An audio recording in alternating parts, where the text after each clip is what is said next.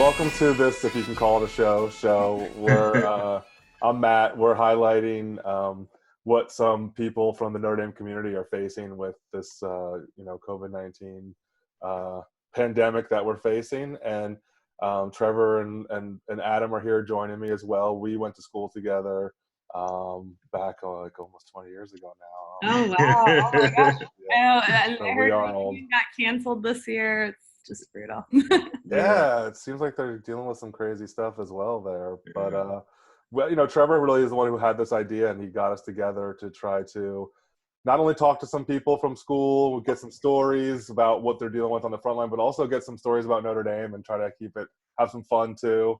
And then see if we can highlight a charity or a cause that, everybody's putting out there, and see if we can help direct some traffic towards places for people doing good. Awesome. In whatever way we can do, and we can help you, whether it's with your local community or if it's a certain website or something we can drive people to. We're going to hope to build a little bit of audience and get some donations going. Totally. That's And Gwen, you've got masks coming your way. So either Saturday or Monday, you should get a couple hundred in the mail. awesome. We will really put that to good use. We're expecting like a second wave in New York soon. So I'm sure there'll be another shortage of supply. That's crazy. Well, yeah, before we get into that, tell us a little bit, tell us about yourself a little bit. Intro yourself. When did you go to Notre Dame? Yeah, What have you been up to? totally. Yeah, so I'm originally from Naples, Florida, and I got involved. I decided to go to Notre Dame kind of on a whim. My mom is very Catholic, and so she wanted me to apply to all the Catholic schools, and my dad's a lawyer in the area, and one of his clients is like a huge Notre Dame family. I mean, like the pavers on their driveway have like little ND insignias. Nice. Wow. He was like, you have to get her there to tour Notre Dame, to see Notre Dame. She's going to love it. And we didn't really know anything about Notre Dame. And so we went after I got accepted, and I fell in love. And so I went to Notre Dame. I lived in Pascagoula East. Okay. At Mod Quad, which was the boonies when I was there. But I guess now they've built all these new buildings out there. So it's really nice. I went back to campus last summer. It was really, really nice. Nice. Yeah. And so I graduated from there in 2014. And I went from there to NYU in New York City for medical school. And then I stayed there, and I'm currently at Mount Sinai for residency in emergency medicine. And we work primarily at Mount Sinai, which is a private hospital in New York City, but we also work at Elmhurst, which has been in the news a lot because it's a public hospital in Queens that's also the hardest hit area of New York right now. Right. So we split our time 50-50 there. Okay. So. And that's how I caught your name, actually. We had a donation go about 2 weeks ago to Elmhurst. Oh, Yeah. Yeah. They were really, they got hit really hard by this crisis. So they were really struggling there. And one of my co-residents actually started a GoFundMe and was able to raise almost $30,000 to help. That's awesome. Wow. Through online donations to get PPE, to get supplies, to get manpower. So they've actually this week started things started leveling out there. Thankfully. That's good to hear. Yeah. This week has actually been pretty good for New York. I think across all the hospitals, we're starting to see that it's starting to slow down a little bit, and people are starting to get discharged. So we're hopeful that this could turn around by the end of May. But I think that's if everyone keeps staying at home and doing all the things they're supposed to be doing. Because I think there is a big fear that if everyone just relaxes and says, oh, it's better now, and everyone goes out, It goes right back. it's just going to be a second wave. So that's what people are really worried about right now. So we'll see.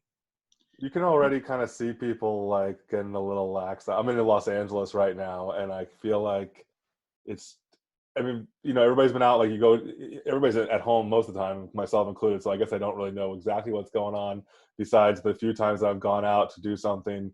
The traffic is non-existent, which is kind of amazing for LA. But you can kind of just, I feel like I see people walking in groups a little bit and they're kind of like, I don't know. I feel like it's like people are starting to get too confident a little bit. It's LA. People are always going to be too confident. And also the sun came out. So like the weather had been kind of mediocre for a while. So all the factors were really working for us. And I don't know, the factors are changing right now. So hopefully people keep abiding by the stay-at-home orders and stuff. Yeah, hopefully. I mean, to be fair, New York, here, they didn't really do a great job following them ever. Right. So maybe we'll just slow down. Like we were in Central Parks a few weeks ago at the height of this. We were like, oh, we can go for a run and keep our distance, right? Like 6 feet, like you should be able to go for a run, no problem. Yeah. And people were playing basketball. People were having picnics. Like it was insanity. And then I was like, these people are not watching the news. It's tough. Because I saw that afterward, then the mayor actually came out and said, listen, we're shutting down the parks. Yeah. So they never shut it down, but they impose fines if you're in groups of 5 or more, because people were legitimately like playing basketball, like 5-on-5 basketball.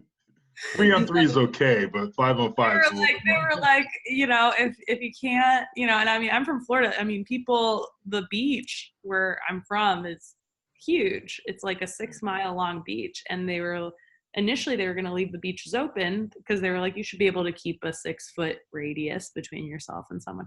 And people like started just congregating where the parking was, and just like crowds of people. So they were like, if you can't follow the rules, you have to take it away. Yeah, Gwen, I live in Jacksonville, and that's a bummer that the beaches are still closed. Oh no, yeah, I know. That's like the best part of Florida. We're in Ponte Vedra, and we were like the last beaches to close in St. Johns County, like the last ones in Florida, and definitely everybody from everywhere else just came to, the Ponte Vedra beaches once they closed the Jacksonville beaches. So what used to be plenty of room became like, oh, now we got to close that one too. Yeah. And how crazy was it during the peak when it was, a lot of people coming in? I mean, yeah, that was crazy. That was crazy. Even because we also work like 6 weeks out of the year at like a smaller community hospital in downtown that usually has lower volumes, is usually not that busy. And people there usually aren't as sick. And I was there right as Corona was taking off. And this hospital, which like normally just sees like couple like people like break their wrist or need a couple stitches or whatever, like people came in and were like very, very, very sick. And in the course of hours, like minutes to hours, we're getting intubated. I mean, I remember there was a guy who came in, his brother was one of the security guards at the hospital, at that same hospital, and brought him in. And he was like 50 years old. He didn't have a ton of medical problems. He's otherwise like healthy young guy. And he came in, his oxygen level was really, really low. And he perked up a little bit initially, and then he just tanked. And so he ended up being intubated, within like 2 hours of being there. And, it's something like we're just not used to seeing that. Most people who come in who need like a ventilator or breathing tube, they're usually people who have been sick for a while or have been in like a horrible accident or something. But like young, healthy people coming in. And then at Elmhurst that same week, they had like, in the course of 24 hours, they had something like 13 deaths. Yeah, I saw that. And then like people were saying like two of my friends are working in the ICU, and 3 of those deaths were people under 35. Wow. So they had like a 27-year-old, a 32-year-old, like a 30-year-old. Crazy. Yeah, it was crazy. Yeah, it was crazy. And then one of our supervising doctors, one of our attendings from the ICU at Elmhurst, came in as a patient like the next day, and like ended up going to the ICU there as a patient. So it was like really, really crazy for a while, and people were coming in. And I think the hard part too is like, it's not like anything we've seen before. So like not really knowing how to treat these people and trying to be innovative, and then not get the other people who are there who don't have coronavirus, not get them. Right. which is another challenge, because I think we've seen a lot of people come in, and they started this policy that was like, basically, if you're being admitted to the hospital, regardless, like maybe you came in with a heart attack or you came in with whatever, and you don't have coronavirus symptoms, we still have to test you before we admit you. So we could know where to put, and so many people like who didn't have any symptoms at all were coming back positive. Wow. I heard there's a lot of asymptomatic cases that, we don't even know about because people are staying at home. Exactly. I mean, even in the hospital, like people, like I had a guy came in with back pain, and I was like, maybe he has a kidney stone or something, and we did a CAT scan of his back to look for the kidney stone, and we could see the bottom of his lungs, and it was coronavirus. And he was like, I don't know. I was like, that's what it looks like. And he had no symptoms, no cough, no fever, and then, because we put him in the part of the emergency room that wasn't coronavirus, so no one's wearing protective equipment, other people. Man. So it's really, it was funny. It's like, how do you isolate the people who don't have coronavirus? Like, I don't know that you really can, and I don't know that any hospital in the U.S. is doing it effectively. Yeah, I was gonna ask kind of how that like translate when when you have this rush, how that translates to like a waiting room per se. Are you having to, especially in LA? I mean, it makes more sense. It seems like you can meet someone outside, but in New York, you have these big, massive buildings and everything is up. Yeah, everything is up. It's not like you can just have you can't just line them up 6 feet apart in this parking lot or something. Like, well, they started doing that at Elmhurst because, at least at the private hospitals, people have enough health literacy and like watch the news and speak English. And so they knew to not come in unless they were really sick. So it was never super crowded or super busy. Elmhurst is in like one of the most diverse zip codes in the United States, and people speak, like, I'm half Spanish. My mom's from Spain. And so I spend 60 to 70% of my day there speaking in Spanish, because most of the patients there speak either Mandarin or Spanish or Nepalese or Bengali. And so what we found was, like, when this started, those patients weren't getting the information because they don't get the news. Right. They're not plugged into healthcare. They don't have access to a primary care doctor. And so these patients were like, well, I'm sick. I should go to the hospital. Yeah. So right at the start of this, my friend was working, and they had 160 people in the waiting room. Jesus. wow. So they started doing this thing where they have a tent outside, and if you have mild symptoms and you're like walking and talking, they basically made you wait in this tent. And they put markings on the ground, and it wrapped all the way around the hospital twice. Wow. That's what I saw on the news. Yeah. Wow. And so you could wait Jeez. there to get tested. Yeah. And people would wait. I think like the wait was like 5 to 6 hours Jesus. to get tested. No, Doc, have you been tested already? I have not been tested. I haven't had symptoms, and they were not testing the doctors for a very long time. They only recently, of my cohort in residency, 11 people got sick with symptoms. There's 25 of us, so almost half. And only 2 people actually managed to get tested. Well, what do you think the chances are that you already got it and you're like, maybe even immune to it already? I don't know. It's hard to say. I don't think we've like accurately tested enough people in the United States to have good data on that, right? Like they like tested less than 1% of the population. So I think it's hard to say. I would, and some people in my class who thought they had it now we can get antibody tested at the hospital.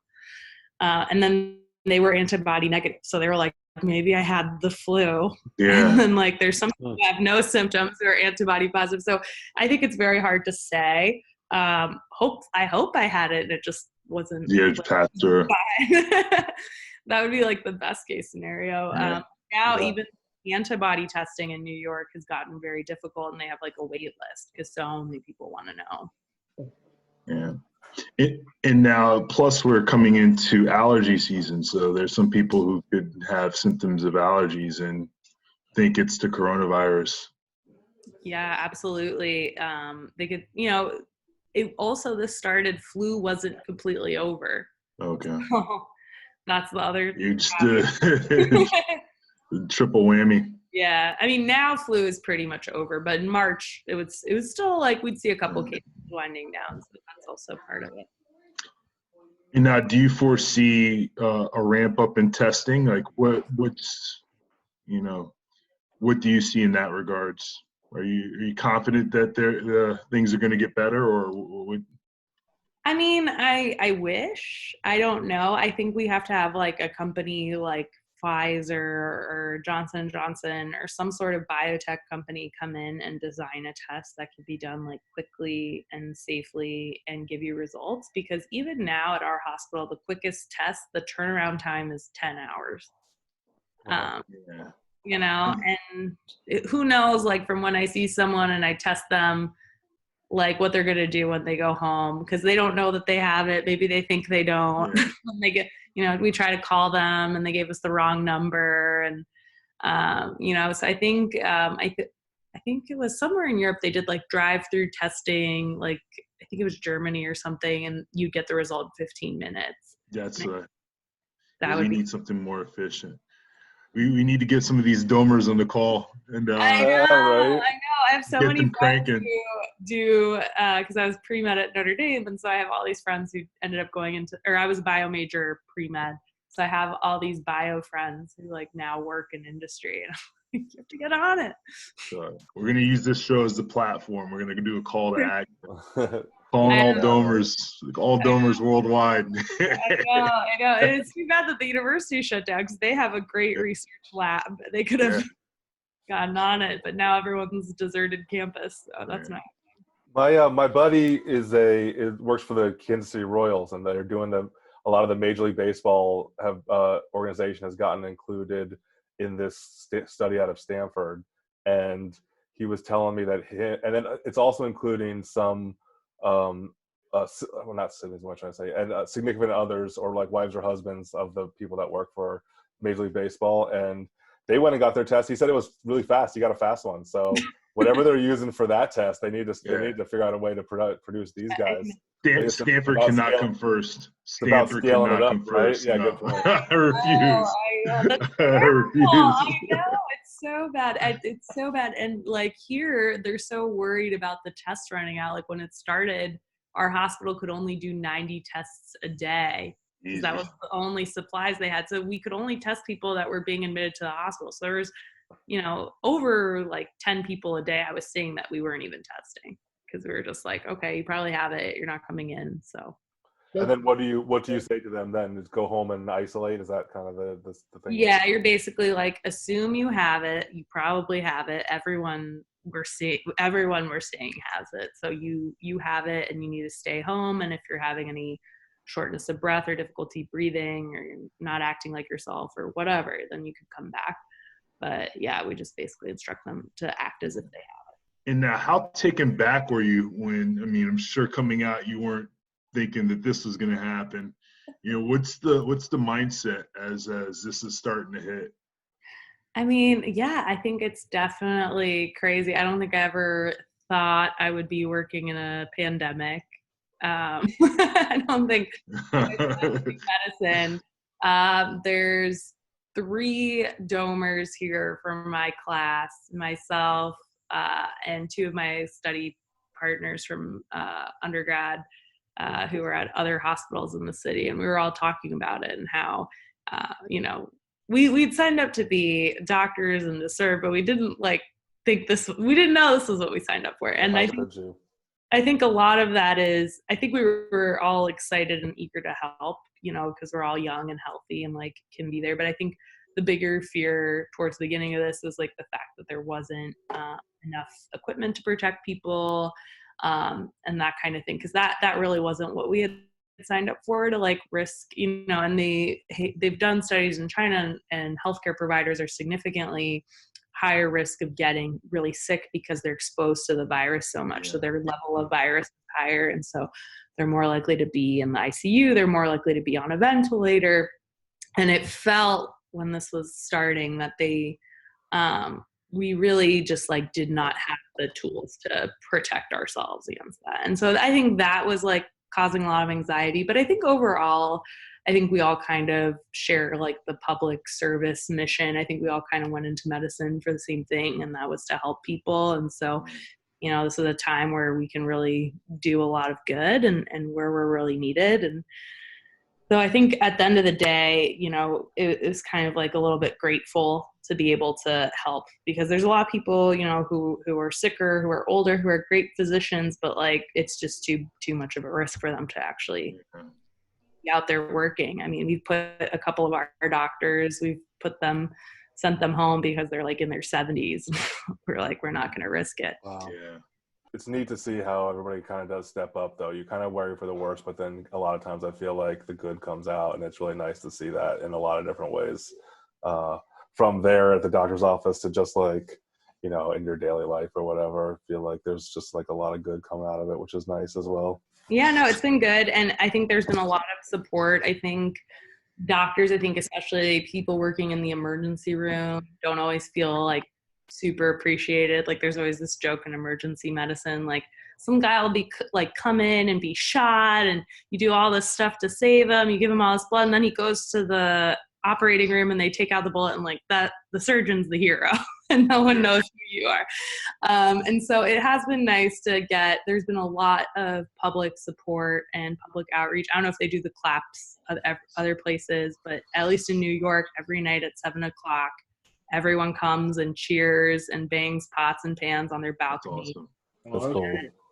Yeah, and the FDNY, the fire trucks go to all of the hospitals, like from each precinct, and like hold up signs and cheer.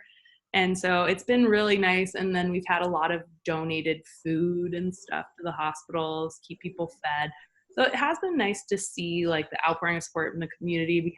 This week we had people who are quarantined at home and who are just bored and want to help make a bunch of surgical caps, because they found that it lives in people's hair and we are running out of like the disposable ones. So someone came and donated a bunch of like hats for everyone. Nice. So people have been very, very supportive, and that has been really nice to see everyone kind of come together in the city. How are you doing on supplies? How, you know, you had mentioned the worry about the supplies. How has it been, and how is it looking? So it varies week to week. When this all started, initially, my hospital was like, everyone has enough supplies. And in non-pandemic times, the N95 that everyone hears about on the news is supposed to be a single-use mask that you wear when you go into a person's room who has like tuberculosis or COVID or whatever. And you take it off when you get out of the room and you throw it away, and you're not supposed to wear it for more than 4 hours. And initially they were like optimistic that they would be able to do that. And then they said, okay, we're going to make everyone wear the mask, just like the mask, and then put a paper mask over it to keep the N95 clean, and a shield and cover your hair, but no like other protection on your body. And you're just going to wear that for a whole day and then throw it out at the end of the day. And then it was like, okay, so now you get to keep one of those masks for a whole week, and we're going to figure out a way to clean them. And it was like this whole thing. They were like, you can put it in a brown paper bag because it doesn't live in the paper bag as long, but you know, they get like deformed and gross and sweaty. Well, and they're hard to breathe through. I mean, I broke out an old N95 mask, like from paint that I used to paint with or whatever. And I was walking through the grocery store. I felt like I was climbing Mount Everest or something. Yeah, you can't breathe through them. And then they put like a lot of pressure here. So people are getting like blisters on their nose from wearing them for so long. They actually recently got a donation from like a skincare company. Someone like posted a photo on social media of like how their nose and their skin was all messed up from wearing the mask all day. And then the mask for a week thing was pretty outrageous, and media outlets got a hold of that, and then the government stepped in and got us enough N95. So now at all hospitals, you get one mask per day that you're supposed to keep clean, and then if you're doing a procedure like putting a breathing tube in someone, which is the highest risk procedure, Most places where they have enough supplies have a special mask that's even more advanced than an N95. That's like a full, like it goes over your whole head and it has like an air filter. Yeah, it has an air filter and it sucks out the air. But none of the hospitals in New York have that, or they have like one. So what they just are doing instead, even though like these other places and in China, they're like, that's what you should wear when you're intubating people. They basically just say, when you intubate someone, you can take everything off, throw it away, and you'll get a full new set. So that's what it is now. And then at Elmhurst, because there was so much COVID and people because they don't understand the language, were like walking around out of their isolation rooms and coughing and touching surfaces.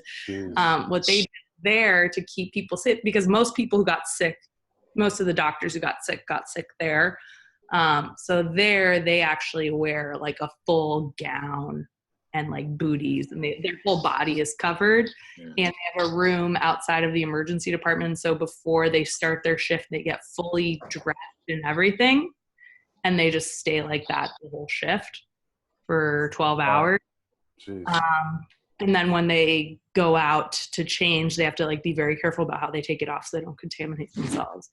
And now now that the volumes are getting a little bit better, they're trying to see if they can work it. So instead of 12-hour shifts, it'll be 8-hour shifts. So people aren't fully, because it's so hot after all that stuff. I can't imagine. People like aren't fully, right. And part of the reason they're doing that is because at Elmhurst in particular, they're just worried that they'll run out of the gowns.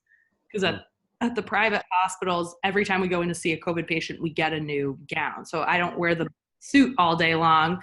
I'm not sweating in it. I just have the mask on. And then I go and I probably go through like 12 gowns or 10 to 20 gowns a day. And they can't really afford it at the public hospital. So they're just like, keep it on unless you get like blood on it or something. You just get that gown for the whole day.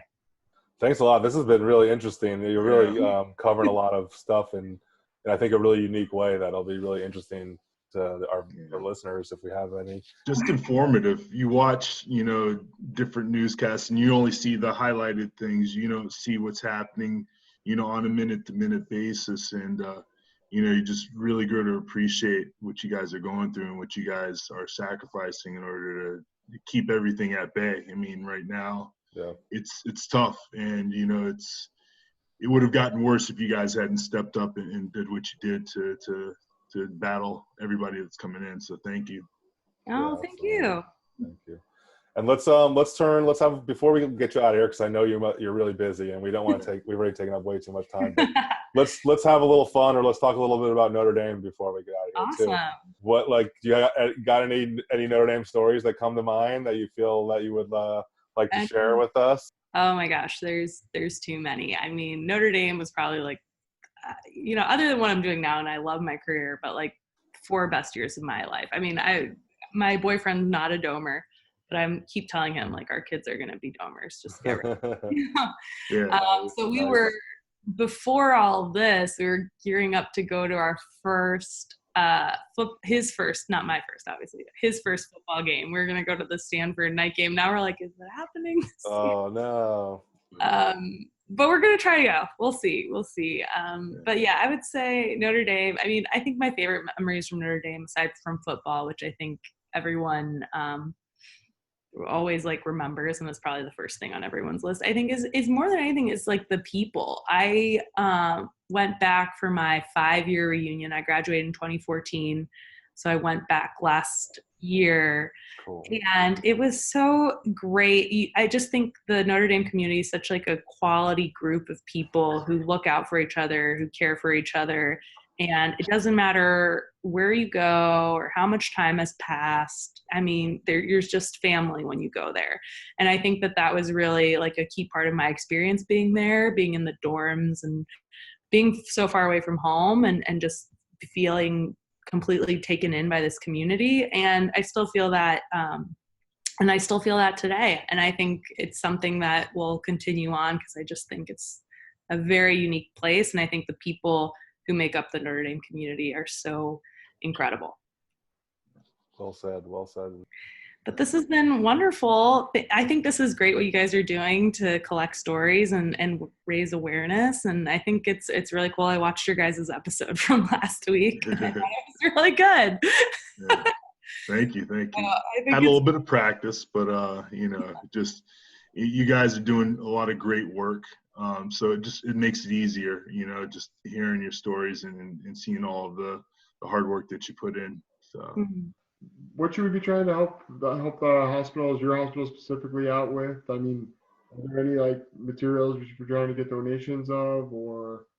I think right now, the big things that the hospitals are short of seem to be primarily the gowns and the face shields. The masks we can always use more.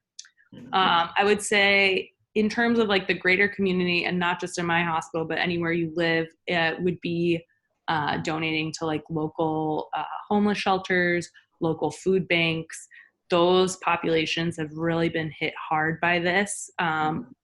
Even in New York, like if there's any suspicion for COVID, like a person cannot go to their homeless shelter. And if they're not being admitted to the hospital and they can't go to their shelter, they're in a really hard nowhere to go. Right. Yeah, and same with like food scarcity, with people hoarding so much food right now.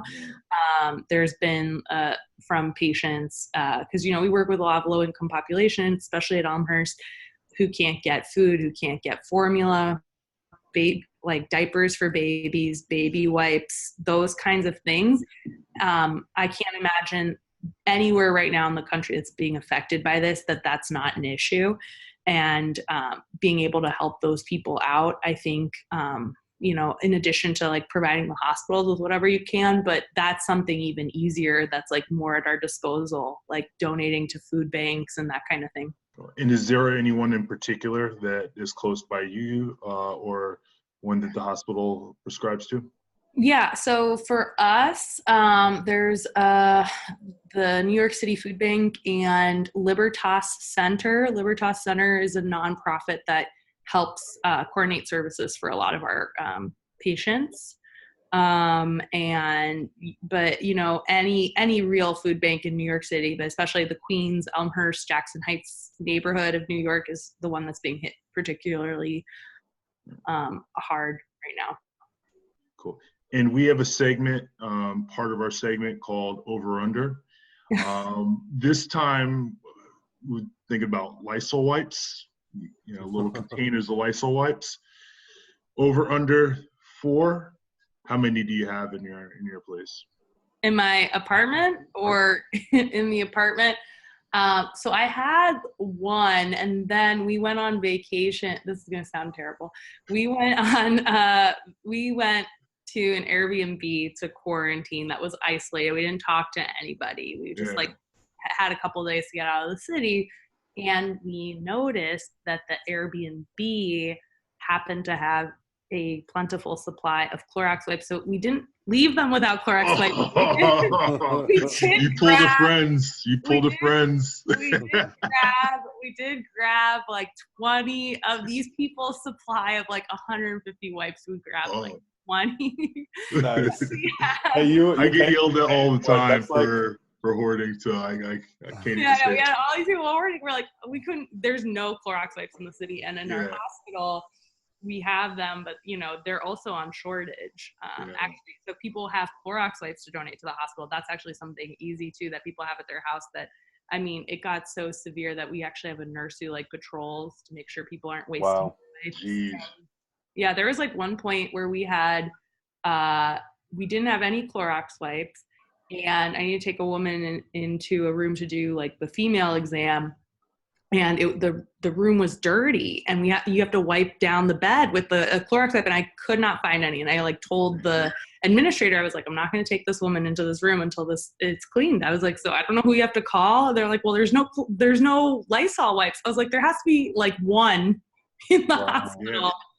Somewhere, and they've managed to scrounge it up, but they are on shortage. So if that's something people have at home that they've stocked up on, that they went to Costco and they could donate like one or two, doesn't have to be in my hospital, any local hospital That is something that is on national shortage. There's- Yes, we sold 20. We sold 20 of like 150 Clorox. So I have 20 now. So I'm over. So Dr. Gwen recommends steal Clorox wipes from wherever you can steal them. No, but they had clearly hoarded. Like this Yeah. Airbnb had clearly like just it broke my heart. I was like, we can't take a whole thing. We'll take It was a like the couple. Holy Grail. You're like, I think it's part of fair use for the rental period. It sounds like yeah. we proposed. Oh yeah, that's true. So I think I know. We just I think took 20. you took what was yours, in my opinion. Yes. True. Yeah, we just took 20. You know, and we're rationing That's that. modest. That's modest. Exactly. That is It modest. wasn't like we grabbed a whole thing. So I was very touched. That story, love the honesty. That's Yes. the best. Mary are fine with it. Yeah. Gwen, appreciate your time. Appreciate you coming on, and nice to meet you. Thank you for all the great work that you're doing, and anything that we can do to help assist, we will do. And thank you so much for what you do. Yeah, please keep us in mind, as you go forward. If there's anything that comes up, there's certain needs that arise, we'd like to see how we can continue to help guests moving forward. So, please keep us in mind if there's anything that comes up we can help you with. Totally. Great. This has been so wonderful. Thank you guys so much. Thank you. Yeah, it's been a blast. Yeah. All right. Go Irish. Go Irish. Yeah, go Irish.